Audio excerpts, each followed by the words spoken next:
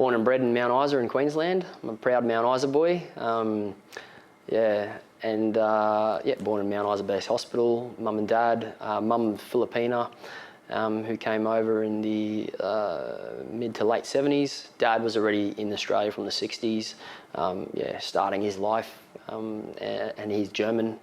He was German naturalisation, 82 model.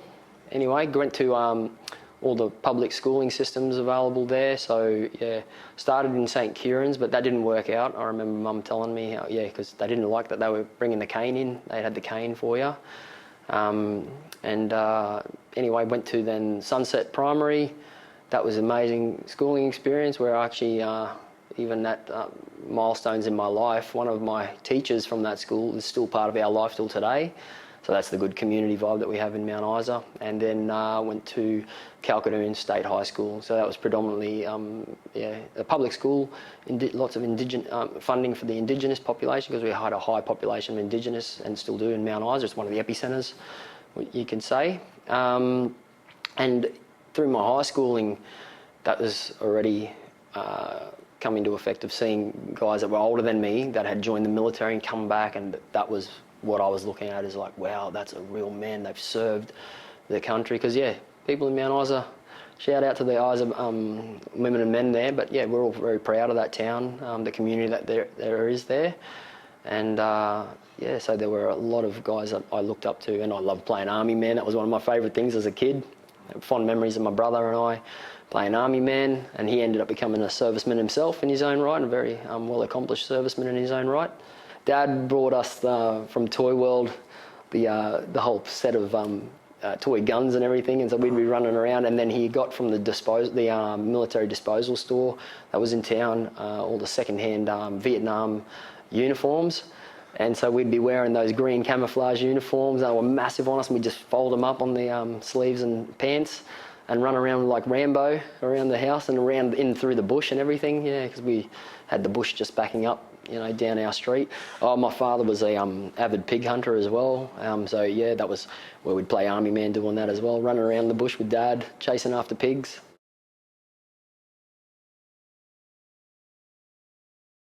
I was an avid swimmer and did that all through my schooling years, and got a fair few accolades, getting ranked nationally in Australia for my respective strokes. I was a butterflyer and breaststroker. But I couldn't break through because I could look back in hindsight and go, I was definitely part of the golden era of swimming. We had Jeff Hugel, Kieran Perkins, even one of the blokes that I have the privilege of working alongside in the business that I own now, Studio Pilates. The founder and creator of that, Jade Winter, he was part of the '96 Atlanta Olympic swim team for Australia. But I just could not break through in my in that division of breaststroke and butterfly. And so because of being half Filipino, I tried my hand at trying for the 2000 Olympics to maybe represent the Philippines swim team, defecting. My dad was like, you defect.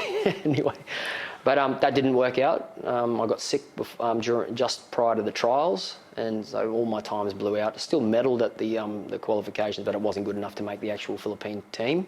But that was where I'd already had the thought of, even what point I'd get to where my swimming career was going to come to an end, I was going to go to the military, because I wasn't interested in, wasn't an academic.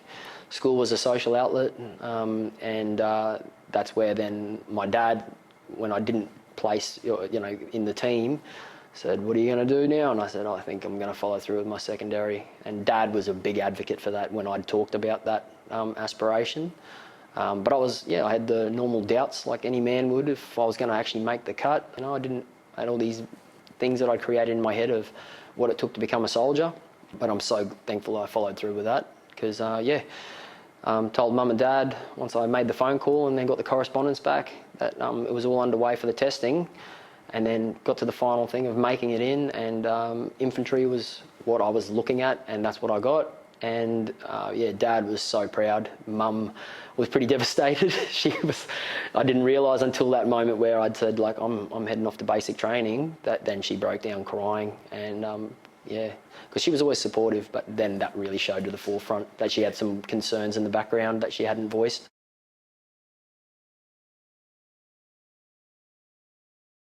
So I did basic training in Kapooka.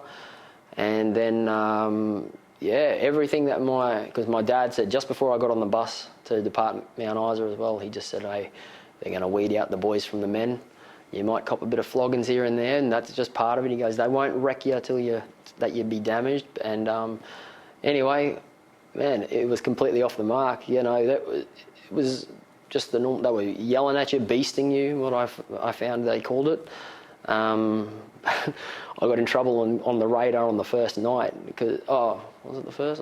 Anyway, it was the first few nights into basic training, and they were running up and down the hallway, beasting people, yelling in their face, and people started crying. And then anyway, I couldn't help it anymore. I burst out laughing because one of the guys that was crying, it sounded humorous. And then they were like, what do you think is funny? And I was like, no. And I really snapped into attention then because I couldn't hold the laugh back. And then later on that evening, one of the boys was like, what were you laughing at? And I said, man, my mum yells louder than this. So anyway, I was well and truly, I was a duck in water, really, with my military career. You know, we were brought up in a really safe but structured home, good discipline. You know, work hard and you'll reap the benefits. That was a big one. And yeah, my dad's saying, work is work, schnapps is schnapps, you know. If you're playing, you're having a good time, but if you're working, that's it, you're on the job. We were brought up in a good faith-filled house with my mum, and so we had that direction, you know, and grounding in our faith and trust in God. So I brought that into the military as well. I liked that, you know, during basic training, we'd go to church services and everything on a Sunday. So again, it was like, oh, this is business as usual. Except I get to run around in the bush and shoot weapon systems. It was great. So yeah, it was literally an answer to prayers.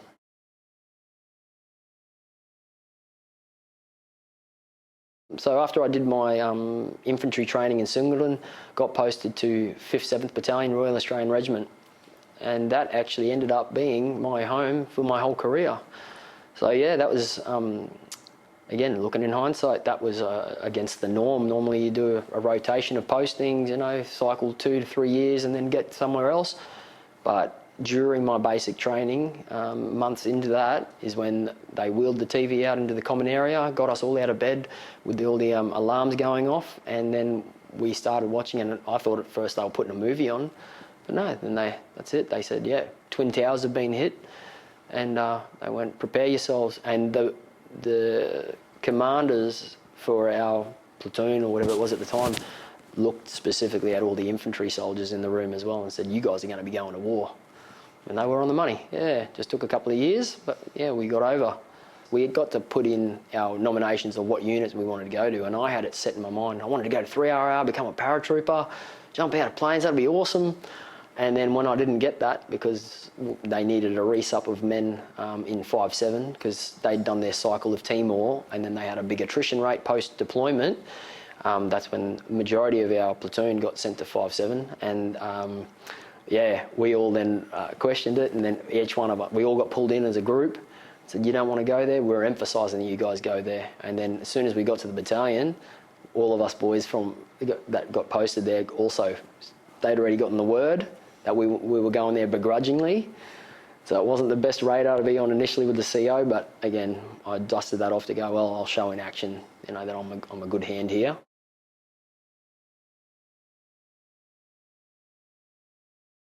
Our unit had already done several cycles of deployments to Timor, and so you had a lot of confidence in your section commanders especially, and in the platoon sergeants. That top cover, they'd already done the tour, so it was business as usual to them. They were like, let's get amongst it again, and then sharing us the stories that they'd lessons learned from their tours already. Some were on the way out, but yeah, they were like, well, this is what to expect. So we had realistic expectations. We had great experience already in the unit as a result, and it was up to us to get to the standard required to be deployable.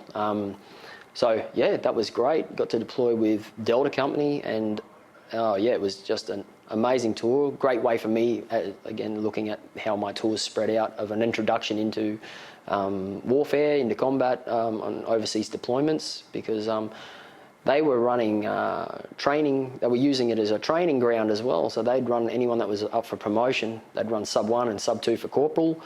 Because I was so fresh in my career, yeah, I was just working hard in whatever role they put me in, and predominantly they'd put me as forward scout in the section. and that was where I had a real strength. I had a good keen eye in the bush and in general in training, and yeah, I really thrived in that area, and that's what earmarked me for my career after that, to get earmarked for looking for reconnaissance course and then snipering course. Begrudgingly had to do the signallers course, and that actually was a tough course. I found that really difficult, but again, it was a necessity.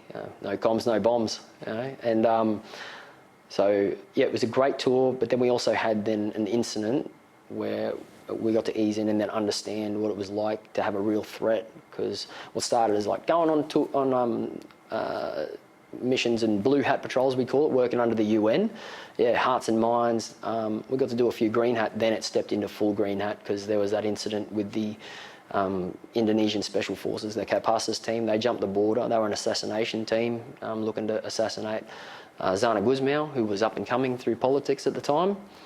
And yeah, so then we ended up going through the jungle of Timor just until we found these guys. And yeah, it was successful. It was, that team was caught in the end. It was the reconnaissance group from Papua New Guinea. No, the Fijians, sorry. The Fijians that caught them. Yeah. But anyway, after that tour, I got my name was thrown in the ring, and then I went down the path of reconnaissance, and then went down the path of snipers, and then that's where Iraq started becoming a realisation. And yeah, John Howard made the call, and our battalion we were deemed ready to go, and so we deployed on that tour.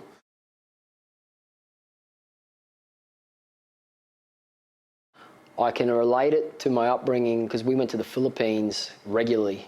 You know, Mum and Dad wanted us to have that connection with family abroad, and so I'd seen what it's like, you know, haves and have-nots. Our family comes from a good background financially, like we're financially wealthy and stable, and they'd support the surrounding areas around there in the Philippines. And Timor was very similar, faith-filled country, people, you know, looking to God for their guidance, going to church every week, very gentle people and kind. Yeah, and that's why it solidified our presence there in my mind of why we were there.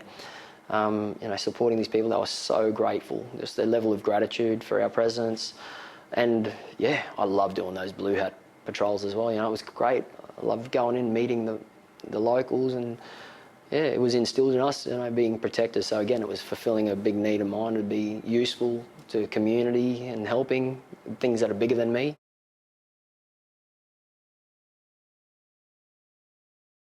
Again, like the section commander, as he got to know me on that tour more and more, he would make it a point, like, you know, that he really liked that. I'd say, oh, can we go to the church service? So yeah, if we had, and it would work within our rotation of patrolling and everything, we'd hit the church services up. Yeah, it was really lovely. It's all part of integrating, and we were well prepared to. I really liked, we all got exposed to learning basic Tetum, you know, that was something, like, I loved that we'd always learn about the customs and traditions because we were guests in that country, and that was always instilled in us during training, that you're not going in there as tyrants or anything. You're there to support them, help them to stand on their feet, and learn about their customs and traditions, to be respectful. You know, from down to the people that have got barely any food to eat, yet they'd get you in your home, sit you down and then share the meals that you're basically eating through half of their food. But it would be very rude if you knocked it back, but you always make sure that you leave a bit of food on the plate so that then they know you're done. That's the part of the customs. Otherwise, because they're so just generous, if you finish your plate, they'll load you with more. So again, felt very well prepared on that tour, yeah, to deal with those customs and traditions appropriately.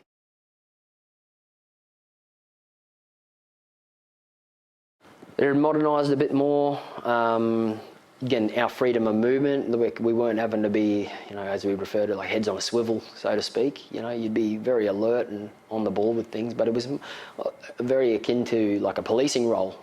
So we'd use the APCs, and so because of that capability, we were assigned as the QRF, the Quick Reaction Force.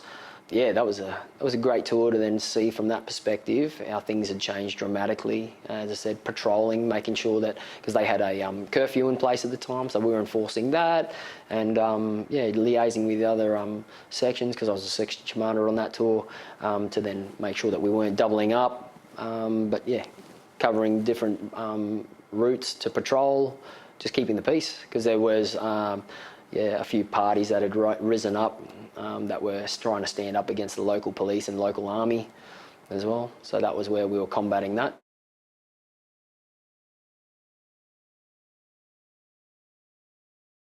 Yeah, we hadn't been in any firefights or anything, but you're living in high alert situation for a prolonged period of time because, yeah, looking for these guys, that's where head on a swivel. You know, you're in the jungle, and we even would do joint patrols through that 30-day period. It got the honour of longest patrol outside the wire unsupplied since Vietnam.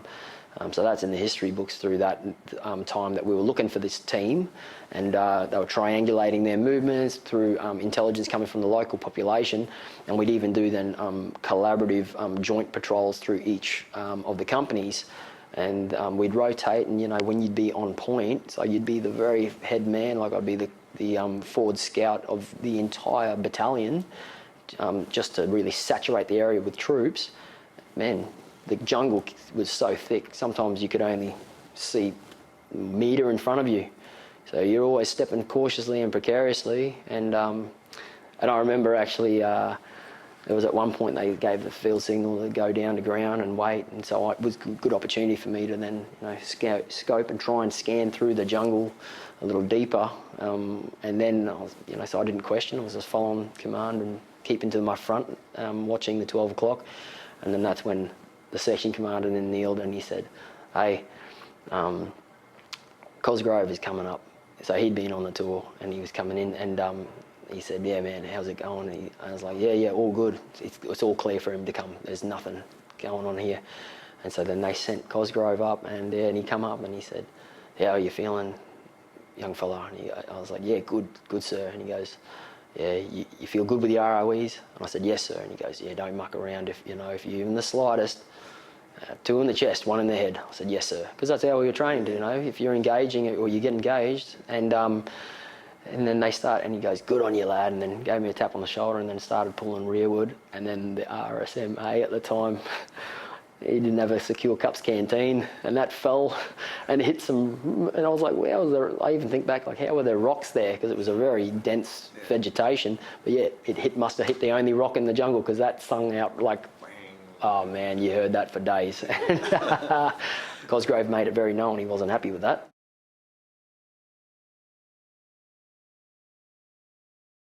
So we got, just before leaving the tour, you had a psych in a room, and as I said, we had some old hands in the section in our leadership, and they said, like, "Hey, if any of you guys have anything to cry about or anything, pull your socks up. Maybe you should have to think about if you're the right person here." And he goes, "I'll be timing yous." And so you'd go in there, but the sheet was literally like yes and no questions. And they didn't probe you to open it up. They obviously were working on a time frame as well. So you'd be in and out within less than a few minutes. So it was individual but not group? Individual, not group, yeah, but that was where, they didn't delve into the psychological side of things. I started getting exposed to that, though, as my tours went on.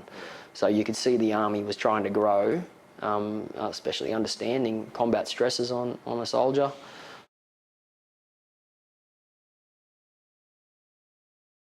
Everything that we learned in terms of the Australian Army that we learned from Vietnam days also made us readily equipped for our tours in Timor.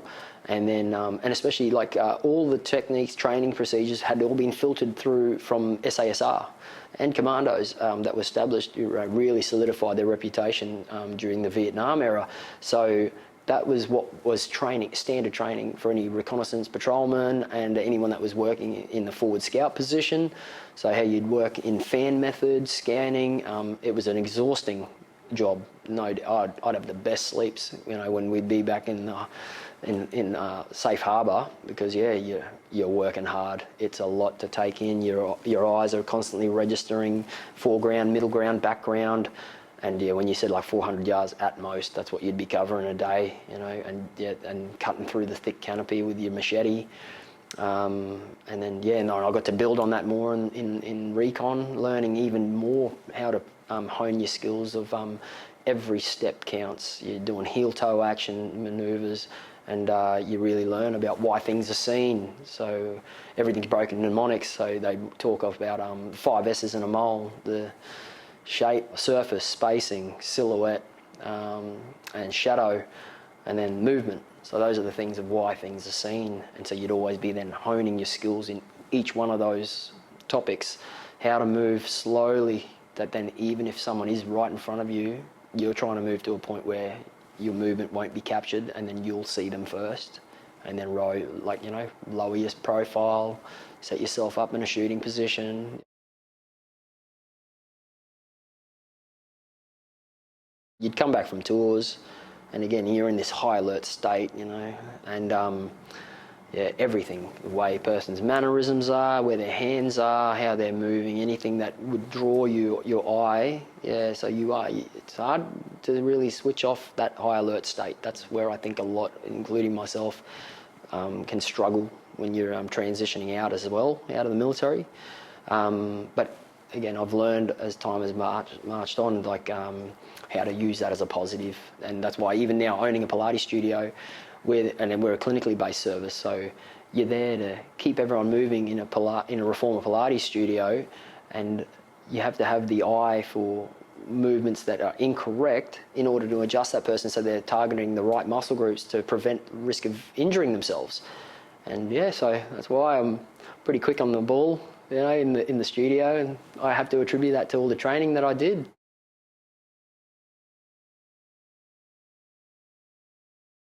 So we were based in Asamawa. We were the first Australian contingency to go down into the southern area of Iraq. And that's where I can talk in hindsight now. The Australian public weren't most on side for the presence of Australian troops in the Iraq war at that time. There was a lot of loss of life in the coalition forces, and especially in southern Iraq. It was a very destabilised area.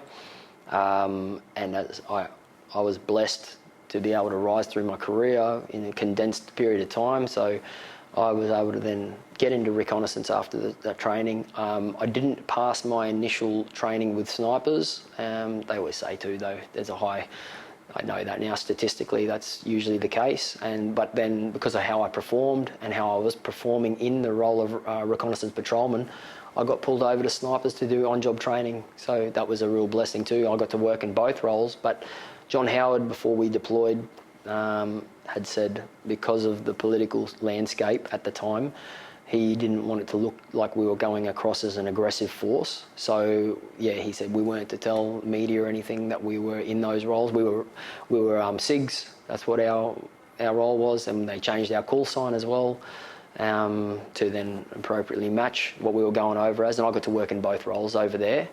And it was busy, very busy. Again, there was a lot of expectations, and the Minister for Defence at the time gave one of the best speeches I'd heard of my career. It was a very motivating speech, but he did say it. He said, prepare yourselves and look around the room, because the way that this war is turning and how destabilised that area that you're going into, be prepared that when you come back, some of your mates might not be sitting next to you. And that just was what we needed as well, Thankfully, he was off the money. So we came back with a full roster. A few boys got injured on taskings and just, accidents and everything that happens. But we were very proud that we came back with a full roster of soldiers. But now we can see where the mental health side of things, we lost a lot of guys from that tour as a result of the mental health and suicide. That's what motivates me doing these sort of things now, to be honest. I can normalise talking. It's okay to talk about things in the right context, and it's part of healing.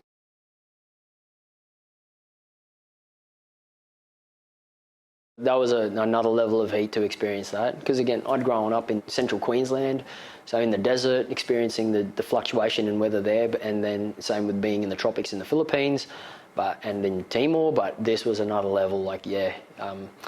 I had to actually say, so working in reconnaissance and snipering, everything is done mostly covert. So you'd be doing a lot of operations by night. So that's why the boys, they'd be like, oh, that's where we got the name. It was actually stemming from Vietnam, by the way, but Club Recon, because everyone would always see us boys like lounging out, getting sun, hitting the gym. But that was what we were doing because we would sleep in the day, prepare for missions by night, because they had minimal or limited night vision capability, the enemy did. And so we'd take advantage of that. But yeah, we were working a lot. They actually then even did the numbers by the end of the tour, and we did nearly triple. It's not trying to flex it, it's just facts. We did triple the amount of patrols that any of their boys did. But the appearance would always be like as if these fellas are just getting suntans and having a feed at the... Yeah. But the heat, yeah, when I felt sorry for the boys because we did a few daytime patrols, just normal, being visible.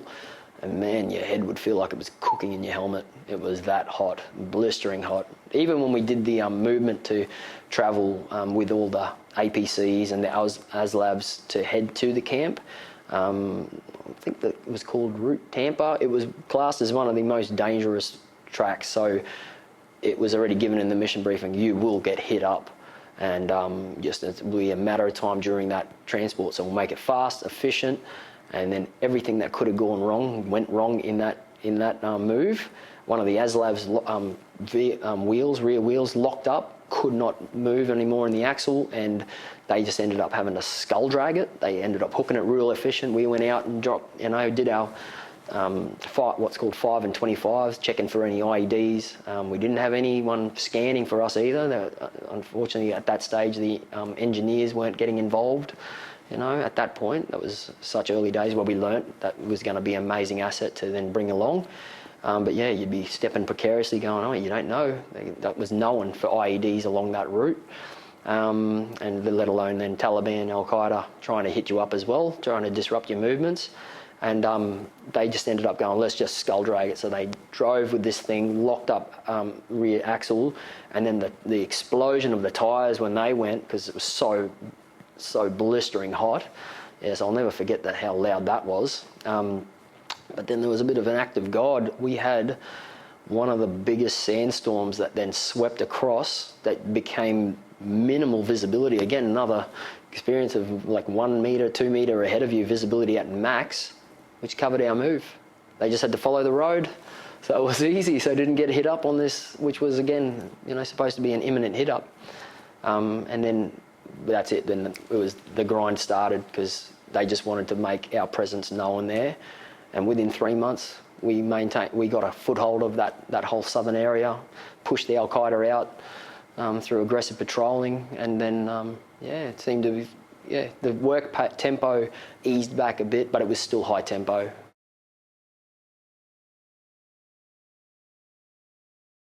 Working alongside the Brunei commandos, that was awesome. They were just such chill dudes, and we'd already gotten exposed. Every infantry soldier does their training in jungle warfare in Tully. Geez, that place, I tell you what, that breaks hearts and souls over that way. But again, it refines you as a soldier. But then we are working in hard terrain, but it was awesome learning from them, and even refining your craft in how to set up traps and everything. That was really cool. Really enjoyed that, and having a feed, we'd catch a monkey and then cook that up. And oh, is it 8 monkeys? Yeah, whatever you can catch, Yeah, caught some fish by using some of the, we blew some fish up, throwing some detonator caps into the water and then letting the fish come up, and so having nice fresh fish. That was nice. But yeah, then we got some time to go and experience Brunei and cruising around. It's a dry country, but where there's a will, there's a way. So we found the only bar. Yeah, we found the only bar that, was a secret bar on the border where they were able to get around the laws and you could get amongst it. Yeah.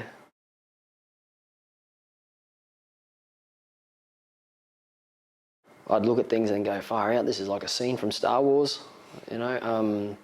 just talking to the people, how you can tell centuries of traditions and things going through, where they've normalised things that we would class in the Western world as absolutely barbaric. It was always like, what are we doing? And then all of a sudden you're doing it, so that really emphasised like the military saying of hurry up, wait, which I've got no doubt. So surely someone said that during some of these interviews, because that was classic military, like hurry up, now wait around for ages. Yeah, but we were the first contingency into southern Afghanistan as well, and Yeah, so that was early days of the Taliban trying to disrupt the camp and the setup. So we'd be getting rocketed flat out. That would be really frustrating, you know. So they were achieving what they were setting out to do, which is disrupting us, trying to cause that, you know, getting you even further on a knife's edge. You're running on minimal to no sleep as well in between patrols, and you didn't have any overhead. They didn't have any what they had after the fact, which was called Feldlagers. They were provided as accommodation, bomb protective accommodation. So working alongside the engineers who were a very direct link with those, you know, they'd go out, those guys saved so many lives with how they'd sweep for the IEDs. They picked up so many during our patrols. But we would work alongside and became a classic infantry soldier, jack of all trades, master of none. So we'd be building our own accommodation out of plywood, and that's what we'd be sleeping in. And then to make them fancy, you get some of the carpet from the locals, and then lay that down just for a bit of insulation and stuff. But you'd get rocketed in the camp. These were just set and forget. So they'd fly in, and it was always a distinct noise. You'd hear the rockets in a volley. And the Dutch had set up advanced radar system all around the camp that would pick up point of origin. So then the noise would be the rockets coming into the camp and exploding. Then you'd hear the Panzer howitzer, which was directly hooked up to the radar system, and that would make a and then it would send off a volley of doof, doof, doof, doof, doof, firing off. So it would destroy where those rounds came from. And then the siren would simultaneously go, so it was like the old air raid sound. And so then we'd get all our kit on, going, oh well, at least one of them hasn't landed on our hut, and then we'd run into our bomb protection, which was a shipping container. So it'd be like, now we go from one little tinder box into a sardine tin, and each section commander would go rightio to IC, and then they'd run around checking names and numbers for a full roster, and then back to bed again.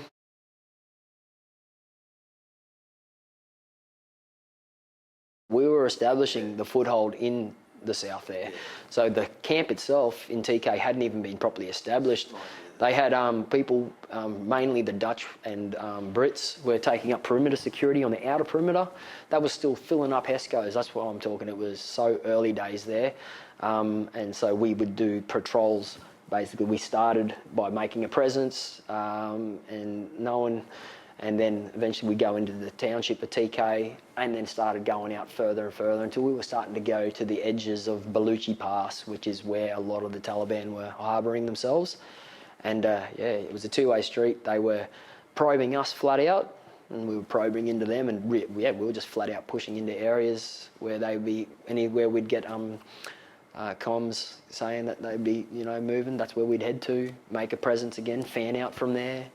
Mainly trying to focus though on hearts and minds.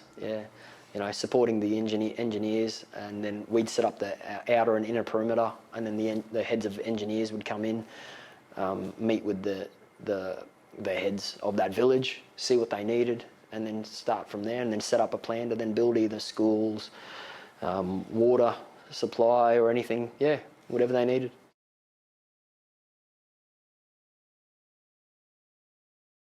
Cruisy guys and men and women, but just professional soldiers. They were already there. They were already there, established, and that's why. And then in joint collaboration, then that's where we were able to get what they were using as accommodation, those Feldlagers.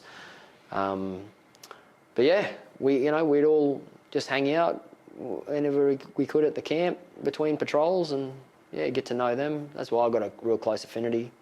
I actually got to catch up with a lot of Dutch servicemen and women at the Warrior Games in 2019. I competed for Australia in the Warrior Games, and that was awesome, like just to chat old stories. And I didn't know any of them, like we hadn't served there, but because we'd broken bread in the same countries, it was good to catch up and have that brotherhood, sisterhood.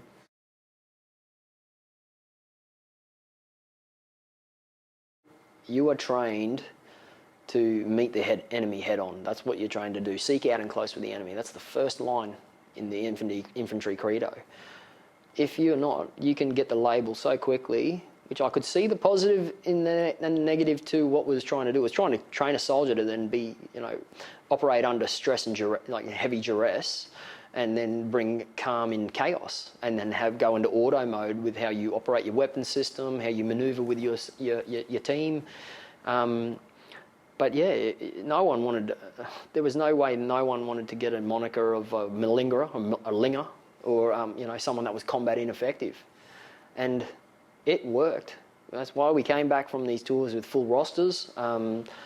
Level of, I always can say now, looking back, that the level of professionalism of soldiers that I got the privilege of working alongside, man, that's why we're brothers till today.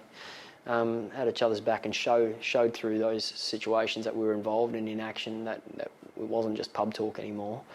We had each other's back. We would die for one another if needed. But yeah, that's why I reflect back to going, I like slogans like "It ain't weak to speak." I want to be one of those modern day veterans to put a positive that you got to talk this stuff out, otherwise that can turn into a pretty demonic thing in your mind if you're not talking in the right context, in a healthy way. And it's not weakness at all. Your brain can only handle so much trauma.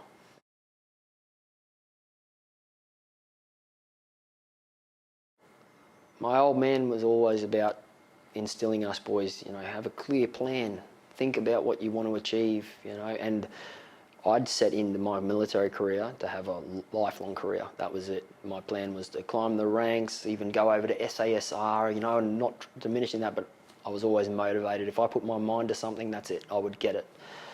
But I got to the point where I'd even thrown my hat in the ring to do my selection course by the time I'd finished my third tour in which was Afghanistan. And then that's when they dangled the carrot for the Timor trip.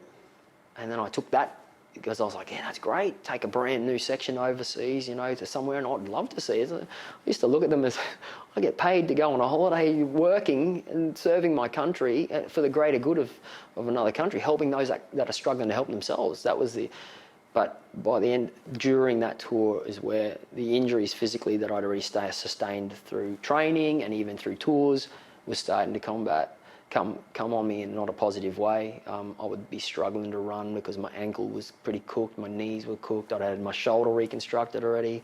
I now know I'd broken my neck at some point and my lower back. Anyway, I had to really sit down and I had to sit with it and go in prayer and go, what am I sticking around for? Because then the next phase was to send me to School of Infantry, and that's where they even said, like, yeah, we'll accept your Special Forces application, but you'll have to process it whilst you're in the School of Infantry. And I had a partner at that time, and I got to a point, I was 26, going on 27. I was already classed as an old dog in the battalion. It was crazy looking back now to go, a 26-year-old man, they called me Papa Noves, because I had a real caring nature, firm but fair.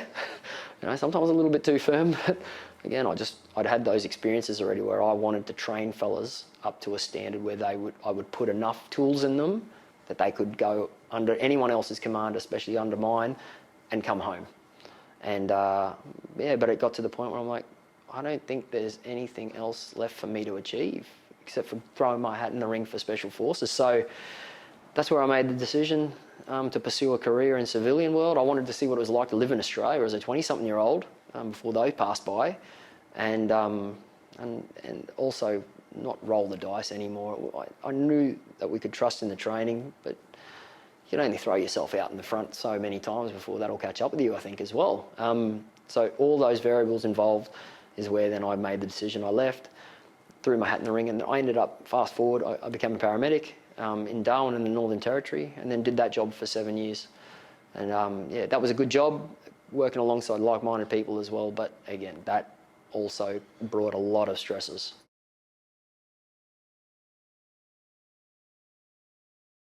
During my training in reconnaissance, again, we had to spread ourselves across multiple different qualifications to then get that final qualification as a reconnaissance patrolman. One of them was Advanced Combat First Aid, and I loved it. And even when you do the monikers of at the end, once you've finished with the casualty, you've packaged them up ready for airlift, whatever it may be in that situation, in a role-playing scenario on the course, then you'd say document evac or doc and evac. And when I'd say doc and evac, they'd go, what is that? Dr. Novak. And because I actually had a natural knack for it, you know, doing precision with my hands and everything in cannulation. And so I got that as another sub sort of nickname of Dr. Novak. And yeah, that was part of the assessment, going, what do I love? What do I want to do where I can still be given back into community, but in my own backyard? And that was the motivation to go into paramedics. And how long did you do the paramedics? Yeah, I did that for 7 years in total. Yeah. Almost the same period of time. Very, very similar, yeah. All in Darwin. I did the rural placements as well, did a little bit of time. Nullarbor, that was beautiful, fishing out there and everything too, and just beautiful community. Yeah, did a couple of just very quick stints in Tennant Creek, in Katherine. Yeah, but predominantly I was based in Darwin and Palmerston. Those were the two main stations. We had several stations across Darwin, and then one station out of Palmerston at the time. I was very motivated, and I ended up, by my 5th year, I ended up even taking over I ended up becoming one of the managers on road, so a station officer, where you'd manage all of the crews and you'd be a single response paramedic yourself. And I wasn't qualified as an intensive care paramedic, but we answered directly to the area manager and the medical director. So if there was a scene that we attended and we felt comfortable to work even outside of our scope, we could get authority from the doc to give that. So yeah, you could do intubation and more advanced skills. So that was great, because they struggled a bit to get funding for some of the courses up there too, because that's privately run, government funded, privately run under St John Ambulance, which had positives and negatives to that as well. But yeah, that's where I really got to cut my teeth and show I had those leadership qualities. Got to build that even further from my military career into the paramedic world. But yeah, I ended up gaining the moniker of shit magnet during my luck of the draw, like anything. But yeah, when I was doing my paramedic traineeship at the time, working full-time on road and studying full-time, you'd rock onto shift because they would rotate you a bit.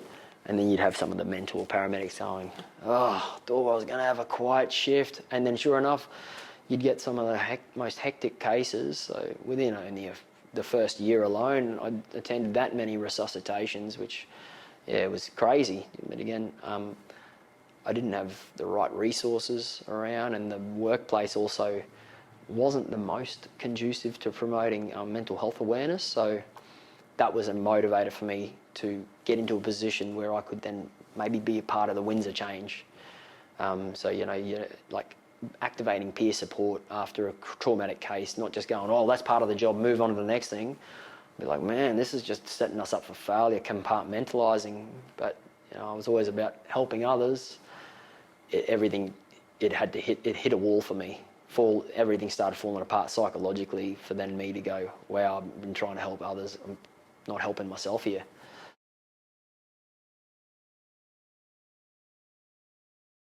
I like to always keep my eyes forward on where things are going. You can't drive a car and then look in the rearview mirror thinking you're not going to have something bad happen, right? And but I like to look back in the rearview mirror and then see and learn from those experiences. After action review is something you learn in the military.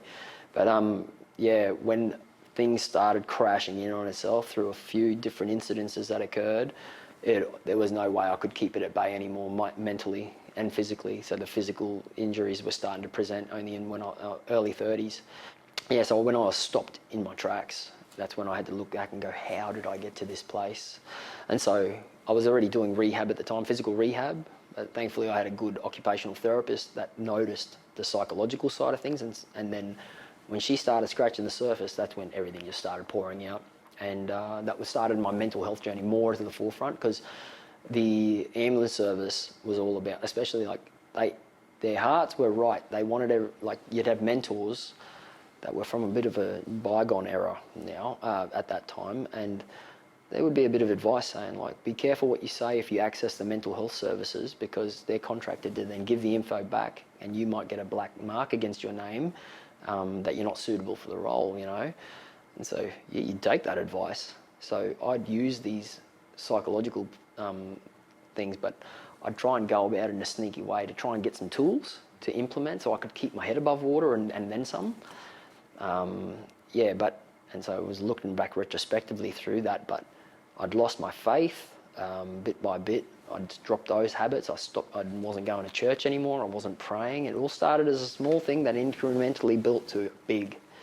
So then I was walking off on my own path, carrying everything in my own shoulders. But that's something where I'm thankful it all came full circle. I guess I got given a gift of seeing what life is like when you don't have faith, when you don't have God in your life versus what it's like now.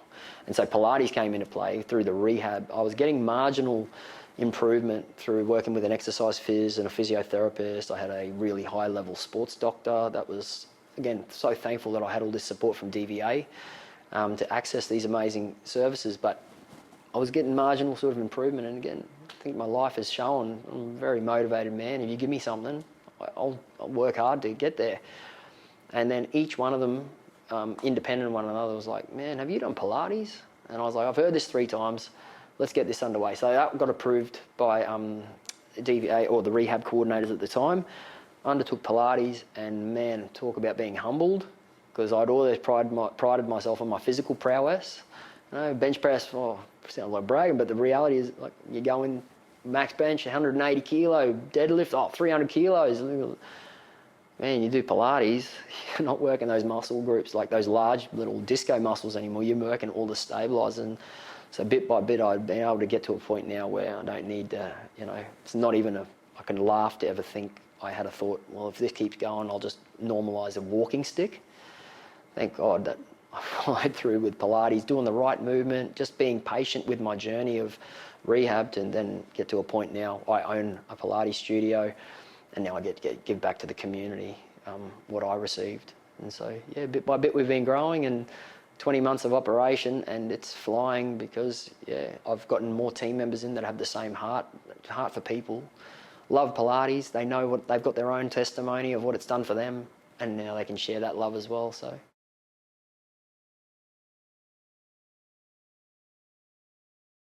Honouring those that went before us, the Gallipoli veterans, World War I, World War II, Vietnam, every conflict. This is where we've got to be so proud of our country for the things that we've come through as such a baby nation as well, comparative to the rest of the world. As I said, I got family background on German and Filipino side, where there's hundreds and hundreds, thousands of years old even and for us to be such a country in our infancy. And yeah, so it's good to then come together. The point to me is like celebrating the gifts that we have here, the freedoms and liberties that we have, which have been afforded by people making sacrifices. And now I've lived it myself. Like, I understand when you first signed up, I remember it was actually the moment where they shake your hand, you've signed the certificate, and you get the photo, and then they say, thank you for your service, thank you for your sacrifice. I didn't look at it as a sacrifice at the time. I was like, man, I'm living a young man's dream right now. It's after the fact that you go, wow. I got to a point where I'd struggle to lift my little girl because my shoulders and my neck and everything were so cooked, but now I can see the blessings that I've received. One of our brothers that went down in that chopper crash in 2010 in Afghanistan, he was 28 years old at the time. He never had a family. He had a ute in the car, leaves behind a family that's pretty devastated from that loss, and do amazing things to support the veteran community. But yeah, that's where now I've got a family, I'm married, got a business, all these experiences that Scotty didn't get. And so that's, to me, now when go to Anzac Day, Remembrance Day, any of these events, celebrate the gifts that we've got, the family that you're being given, and not forget those ones that made those sacrifices and didn't come home.